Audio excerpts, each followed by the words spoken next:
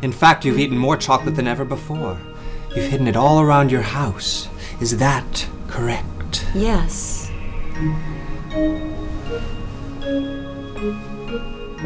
name is Crystal, isn't it?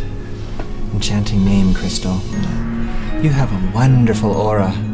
It's a lovely shade of yellow, very rare. Listen, Crystal dear. Tell me an odor that Bridget really dislikes. Mothballs. She hates it. Billy and Zap quit the band after the show last night. Zap got some paying gig with some country band, and Billy quit because Annie's pregnant. Her dad got him a job at the bank. And I'm broke, and I need a job. And you're waiting to tell me now? I mean, did it not occur to you that this might be of some interest to me before we had this meeting? I didn't have the heart to tell you last night. So when you called this morning, hopefully I would have had a chance to speak to Billy and Zap into changing their minds. Oh, well, they'd better change their minds. Listen to me, Bridget. Are you listening closely? Yes. When you see chocolate, you will immediately think of mothballs. You'll smell them. The odor is overpowering, and the closer the chocolate is to you, the stronger the smell. Mothballs, no. Now, you don't put mothballs in your mouth, do you? No. You don't carry them in your purse or pockets or keep them at work, do you? No. No mothballs. Remember, chocolates mean the same to you as mothballs. Is that correct? Yes. Yes, that is correct. Bridget, I'm going to count to 3, and when you awaken, you will feel as if you've woken from a wonderful dream. You'll feel refreshed and happy and very good about yourself. Are you ready? 1, 2, 3. Well, I'm ready whenever you are, Dr. Cloud. Certainly, Bridget. But first, could you hold out your hand, please?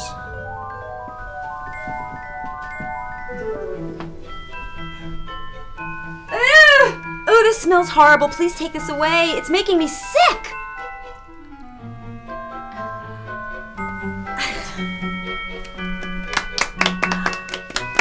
Thank you. Thank you all, most kind. This is just one example of the types of addictions that I can remove through hypnosis.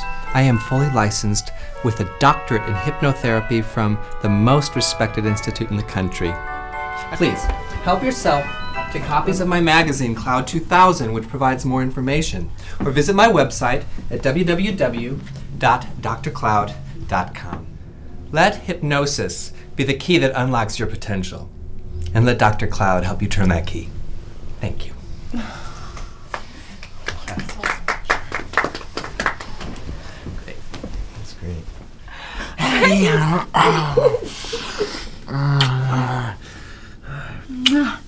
you. I didn't expect to see you till later. We still on for tonight? Absolutely. Hey, I've got great news, but I had to come down and tell you in person. We might have a record deal. Oh, John, that's great. I knew your luck would change. Your planets are finally in alignment right now. All right. I know you don't believe in astrology. Anyway, Yeah? who's the flying nun over there? It's Dr. Cloud. He's a brilliant hypnotherapist. My friends and I hired him to help Bridget. Dr. Cloud, your session was fascinating. Thank you, my dear, but please call me Darius. I hate stereotypical gay roles. I wanted to try a more straight male lead. Unfortunately, it takes a little more concentration than you might think. Dr. Cloud, your session was fascinating. Well, thank you, my dear, but please call me Crystal. I showed an earlier cut to a teacher of mine, and he suggested that Michael's voice wasn't quite, I don't know, macho enough. So he said, why don't I have another man dub his lines? I mean, can you imagine? That would sound like a bad kung fu movie or something. Listen to my voice. Focus on the rhythm of my words. The same instructor said we didn't have enough sex, drugs, or rock and roll in the film. I told him, trust me, we had plenty of that off-screen. Dr. Cloud, this is John Ronson, a very talented musician. Mr. Ronson, you know I find you can tell a lot about a person by the way they shake hands, don't you? Doc, a little lazy on the guitar hand. Ah, forgive me. I'd forgotten that musicians tend to have a lighter grasp on things. You're not a classical guitarist by chance. No, I'm your no-frills rock and roll. Ah, of course. And Crystal, my dear, your friends mentioned you were a gifted computer graphic artist. Is that true? Oh, I'm just average. Come on, babe, don't be modest. You should see your designs. They're brilliant. Really? I've been looking for someone like you for a long time, Crystal. To assist with my monthly magazine and also my webpage. Perhaps we could meet tomorrow and you could show me some samples. Of your work, that is. Oh, that would be great. My portfolio exists on several CD-ROMs. Maybe you could tell me exactly what you're looking for and I can bring them by. Yeah. All right, go ahead, babe. Oh.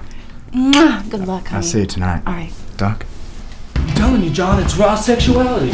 Women sense it, come scratching at my door for a little taste of what the Zap Man's got. Like the gig last night. Did you see the redhead near the front? She wanted me bad. The vibe was so thick you could cut it with a knife. You think all the women want you. You're obsessed. Hey, I'm picky. When the ladies crowd around, I brush the dogs aside and let the fine ones step through. Mom's buying us a crib for the baby and wants to know if we went in natural wood or paint it. Whatever. I'll get it. Hey, just leave it. I know what he wants. Billy Man, what do you say? You back in the band or we gotta audition every dork with the drum kit? You can't keep ignoring him, you know? Billy? What? You want me to quit the band? I quit. You want me to get a job? I will. You want to have this baby? We are. I'm keeping up my end of the deal, okay? What is it with all the mermaids? Hey, you got that big woman who swims around with her breasts hanging out. Besides, I love the movie Splash. Hey, no offense, John, but I gotta go. I got a lot to do before I cruise the strip for some real mermaids tonight. You mean hookers? How do you think I feel? Huh? Having to accept a job from your father? It's like he thinks this loser can't provide for my daughter, so let me get him a job. It's humiliating, Annie. When are you ever going to realize that picking up hookers is going to get you into trouble? It's arrested or worse. Hey, I can't help it. I try to stay away. But then I drive down the strip and it's like the candy aisle at Price Mart. Lollipops over here, licorice whips over there. All right, I get the analogy. Come on, Billy. I'm just asking you to give the job a chance, okay? Were your son sick? Son?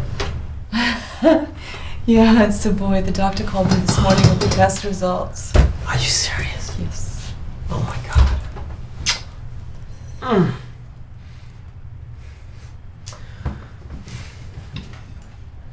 I'll call John and tell him no. I'll take the job. Thanks.